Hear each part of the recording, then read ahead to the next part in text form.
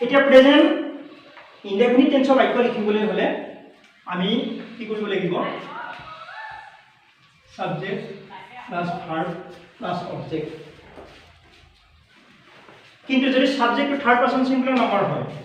যদি সাবজেক্টটো third person singular number হয় তেনেহলে মেইন ভাৰ্বৰ লগত তাৰমানে কি হ'ব মেইন ভাৰ্বৰ লগত এস নাইবা ইএস যোগ হয় আৰু তাৰ পাছত অবজেক্ট এডজাংক্ট বা কমপ্লিমেন্ট ইত্যাদি কি হ'ব যোগ হৈ গৈ থাকিব ঠিক আছে এতিয়া আমি কি কৰিম যে প্ৰেজেন্ট ইনডেফিনিট টেন্সৰ বাক্য গঠনৰ জৰিয়তে আমি এখন তোমালোকক টেবুল এখন লিখাই দিছো আৰু এখন মন দি তোমালোকে শুনিবা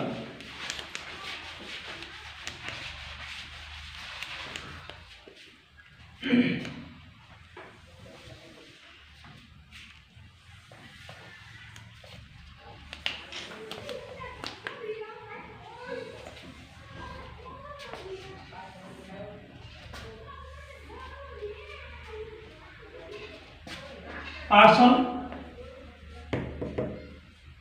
PERSON person person মানে পুৰুষ পুৰুষ তিনি প্ৰকাৰৰ ফাৰ্স্ট পাৰসন প্ৰথম পুৰুষ সেকেন্ড পাৰসন দ্বিতীয় পুৰুষ থাৰ্ড পাৰসন তৃতীয় পুৰুষ পাৰসন মানে পুৰুষ পুৰুষ তিনি প্ৰকাৰৰ ফাৰ্স্ট পাৰসন প্ৰথম পুৰুষ সেকেন্ড পাৰসন দ্বিতীয় পুৰুষ থাৰ্ড পাৰসন তৃতীয় পুৰুষ এইখিনি মনত ৰাখিবা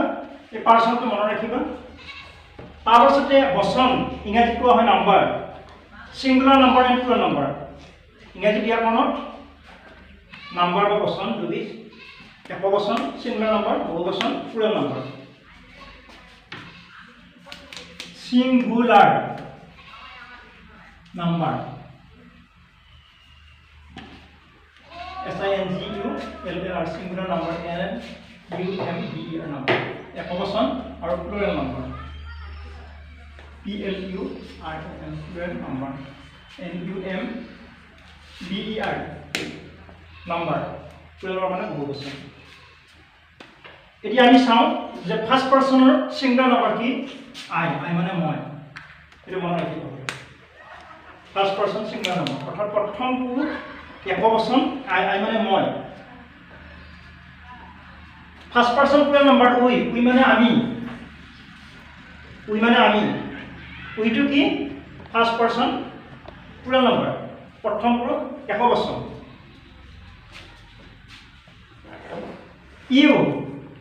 ইউটো কি পারসন হিসাবে সেকেন্ড পারসন অর্থাৎ দ্বিতীয় পুরুষ আর নাম্বার হিসাবে সিঙ্গুলার নাম্বার ইউ শব্দটোৰ অৰ্থ কি তই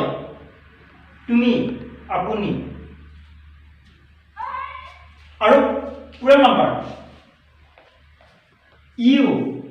তাত এই ইউটো কি সেকেন্ড পাৰসন প্লুৰাল নাম্বাৰ দ্বিতীয় পুৰুষ বহুবচন ইউ মানে কি তহঁত তোমালোক আপোনালোক ঠিক আছে তাৰপিছত third person singular number third person singular number বহুত আছে হাজাৰ হাজাৰ লাখ লাখ আছে প্ৰকৃতিৰ জগতত এই পৃথিৱীত বহুত আছে তাই আমি দৰকাৰী কেইটামানহে আমি ইয়াতে ব্যৱহাৰ কৰিম ঠিক আছে যেনে হি শব্দটোৰ অৰ্থ হি তেওঁ তেখেত মেস্কুলিন জেন্ডাৰ পুংলিংগ ক্ষেত্ৰত ফেমিনিন জেন্ডাৰ ক্ষেত্ৰত সি মানে তাই তেওঁ তেখেত হি মানে ই তেওঁ তেখেত পুংলিংগ আৰু স্ত্ৰীলিংগ ক্ষেত্ৰত সি তাই তেওঁ তেখেত ঠিক আছে আৰু আছে ইট মানে এইটো ৰাম যদু মধু সীতা গীতা যিমান নাম বুজোৱা তাৰমানে কি আছে বিশেষ পদ আছে নাম আছে সীতা গীতা ইত্যাদি ইটিসি মানে থার্ড পারসন সিঙ্গুলার নাম্বার বহুত আছে এই পৃথিৱীত বিশেষণে প্ৰকৃতি জগতত আৰু থাৰ্ড পাৰসন প্লুৰাল নাম্বাৰ তৃতীয় পুৰুষ বহুবচন দে মানে ইহঁত তেওঁলোক তেখেতসকল ঠিক আছে আৰু কি হ'ব দি ৰামহত দি যদুহত বহুবচন দি ববিতাহত দি উৰ্মিলাহত বুজি পাইছে ডি জোৎস্নাস জোৎস্না হওক বুজি পাইছেনে ডি ৰামছ ৰাম হওক অৰ্থাৎ ৰামৰ লগত আৰু যিমান কিজন আছে অকল ৰামে নহয় ৰামৰ লগত যিমান কিজন আছে একেলগে ৰাম হওক যদু হওক মধু হওক এইবিলাক কি কোৱা হয় পুৰা নম্বৰ থাৰ্ড পাৰ্চন পুৰা নম্বৰ তৃতীয় পুৰুষ বহুবচন বুলি কোৱা হয় মনত ৰ'ব তাৰপিছতে যিহেতু আমি প্ৰেজেন্ট ইনডেফিনিট টেন্সৰ বাক্য গঠনৰ কাৰণে নিয়মটো আমি আলোচনা কৰি আছো subject I to subject we to subject you subject he she it এইবিলাক সাবজেক্ট বেস সাবজেক্ট বুজি পাইছেনে তাৰ লগত কি হ'ব ভাৰ্ব যোগ হ'ব মেইন ভাৰ্ব আমি এটা ভাৰ্ব এটা লৈছোঁ আমি ভাৰ্ব লৈছোঁ ভাৰ্বটো হৈ আছে নহয় আমি ই এ টি ইট মানে খোৱা ভাৰ্ব লৈছোঁ E A T eat I eat E A T I eat মই খাওঁ যেনিবা কি খাওঁ মই ৰাইচ খাওঁ I eat rice we eat rice you eat rice you eat rice you eat rice ঠিক আছে subject plus verb plus object subject plus verb plus object subject plus verb plus object subject plus verb plus object ঠিক আছে এটো আছে present indefinite টেন্সৰ বাক্য লিখাৰ মানে নিয়ম প্যাটাৰ্ন যেতিয়া আমি কৈছো যে যদি সাবজেক্টৰ থাৰ্ড পাৰসন সিঙ্গুলাৰ নাম্বাৰ হয় তেনেহলে মেইন ভাৰ্বৰ লগত এস বাই ইএস যোগ হয় বুলি কৈছো গতিকে হি সি ইটৰ ইট ভাৰ্বটো যদি আমি লওঁ ইটস হ'ব it's E A P S E S টো কি হ'ল প্ৰেজেন্ট ইনডেফিনিট টেন্সৰ যদি বাক্যটো হয় আৰু সাবজেক্টটো যদি থাৰ্ড পাৰসন সিঙ্গুলাৰ নাম্বাৰ হয় তেনেহলে মেইন ভাৰ্বৰ লগত এস বাই ইএস যোগ হয় এটো হৈছে গ্ৰামাটিক্যাল ৰুল ব্যাকৰণৰ নিয়ম এটো এই কথাখিনি মনত ৰাখিব লাগিব সদায় মনত ৰাখিব লাগিব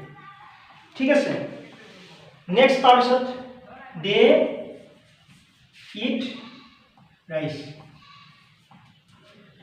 ৰাম ইটস ৰাইচ ৰামতে ভাত খায় ইহঁতে ভাত খায় ৰামতে ভাত খায় she eats rice তাই ভাত খায় বা he eats rice সি ভাত খায় তেওঁ ভাত খায় তেখেতে ভাত খায় she eats rice তাই ভাত খায় তেওঁ ভাত খায় তেখেতে ভাত খায় ঠিক আছে এয়া হ'ল কি প্ৰেজেন্ট ইনডেফিনিট টেন্সৰ বাক্য লিখাৰ এটো নিয়ম তাৰমানে আমি ঠিক এনেকুৱা ধৰণৰ টেবুল বনাই আমি লিখিলে কথাখিনি সহজত আয়ত্ত কৰিবলৈ সক্ষম হ'ম ঠিক আছে ইয়াৰ পিছত আমি আলোচনা কৰিম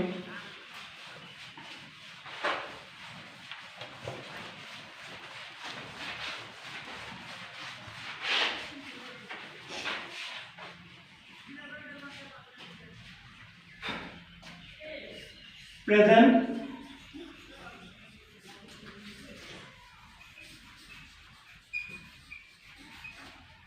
continuous tense formation of sentences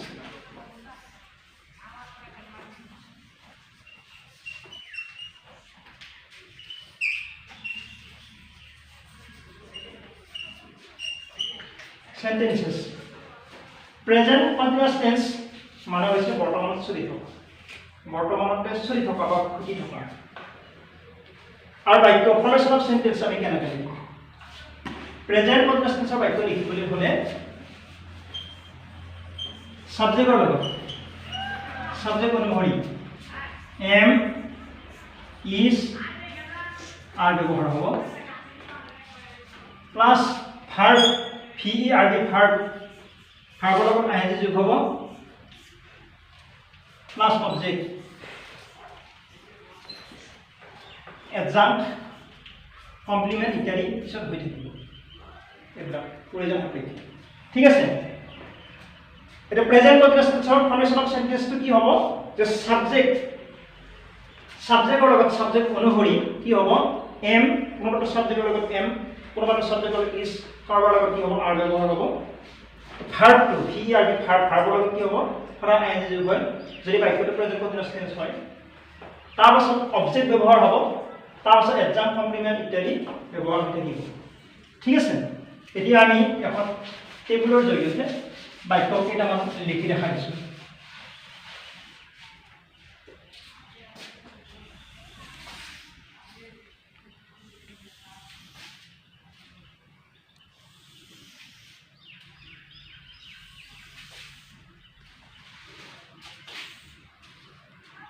person person মানে ইতিমধ্যে বুজিয়ে পাইছা পাৰ্সন মানে পুৰুষ ফাৰ্স্ট পাৰ্সন মানে প্ৰথম পুৰুষ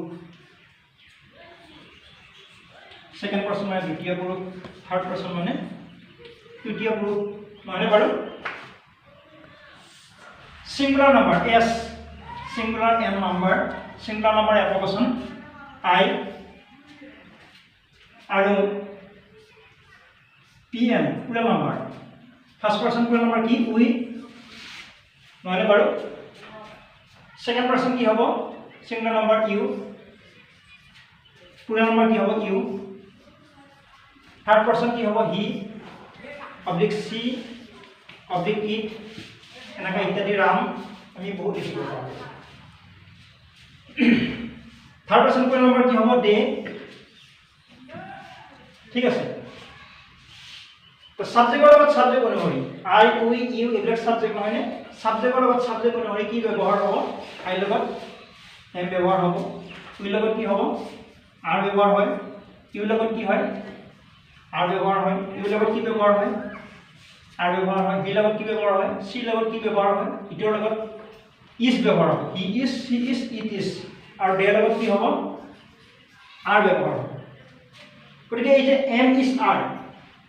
ইজ আৰ এটা টু বি ভাৰ্ব বুলি কোৱা হয় এম ইজ আৰ ওয়াজ এই তিনি পাঁচটা প্ৰেজেন্ট টেন্সৰ তিনিটা আৰু পাষ্ট টেন্সৰ দুটা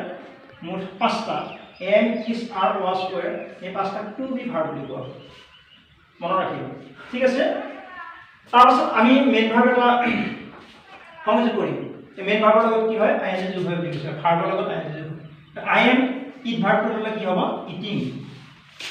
I am eating rice. It is object. Eating to verb. Verb লগত ing হৈছে মেইন ভাৰ্বৰ লগত ing হৈছে আৰু rice to হৈছে কি object.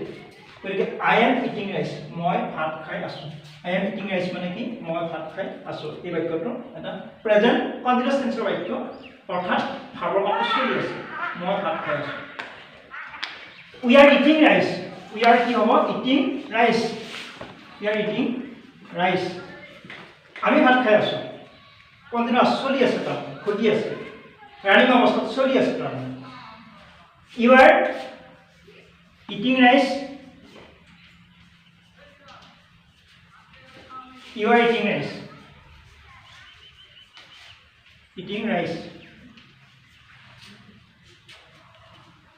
He is eating rice she is eating rice but it is eating rice they are eating rice subject plus subject er logot ki hoise subject onori am is are ব্যবহাৰ হৈছে main verb er logot am যোগ হৈছে আৰু পিছত কি হৈছে object to যোগ হৈছে এয়া হৈছে present continuous tense বাক্য লিখাৰ নিয়ম rule term ঠিক আছে এতিয়া আমি কি মনত ৰাখিব লাগিব আই লগত সদায় এম ব্যৱহাৰ হয় উই লগত কি হয় আৰ ইউ লগত কি হয় আৰ ইউ লগত কি হয় আৰ ব্যৱহাৰ হয় হি সি ইট ইজ আৰু দে আৰ এইখিনি মনত ৰাখিব লাগিব গতিকে আমি কেতিয়াও তাৰমানে ভুলটো কি কৰিব নালাগিব আই লগত ইজ আই আৰ দিলে নহ'ব আই লগত এম এ হ'ব তো উই এম নহ'ব উই ইজ নহ'ব উই লগত আৰ হ'ব ঠিক আছে ঠিক তদ্ৰুপ তাৰমানে হি লগত এম বা হি লগত আৰ ব্যৱহাৰ হয় he is she is they লগত আৰ আৰু প্ৰত্যেকটোৰ লগত এটা প্ৰত্যেকটো ভাৰ্বৰ লগত কি হৈছে প্ৰত্যেকটো সেন্টেন্সৰ ভাৰ্বৰ লগত কি হৈছে আইএনজি যোগ হৈছে প্ৰত্যেকটো সেন্টেন্সৰ ভাৰ্বৰ লগত কি হৈছে আইএনজি যোগ হৈছে তাৰপাছত অবজেক্টটো যোগ হৈছে ঠিক আছে এটো হৈছে প্ৰেজেন্ট কন্টিনিউয়াস টেন্সৰ বাক্য লিখাৰ নিয়ম আমি যদি এই কথাখিনি যদি মনত ৰাখো তেতিয়াহ'লে সহজতে আমি ইংৰাজীত তাৰমানে কি কৰিব পাৰিম প্ৰেজেন্ট কন্টিনিউয়াস টেন্সৰ বাক্যবিলাক সহায়তে লিখিব পাৰিম ঠিক আছে তাৰপিছত আমি present continuous tense present indefinite tense আৰু প্ৰেজেন্ট কন্টিনিউয়াস টেন্সৰ বিষয়ে এইখিনিকে কৰোঁ পৰৱৰ্তী কালত আমি প্ৰেজেন্ট পাৰফেক্ট টেন্সৰ বিষয়ে আলোচনা কৰিম ঠিক আছে নমস্কাৰ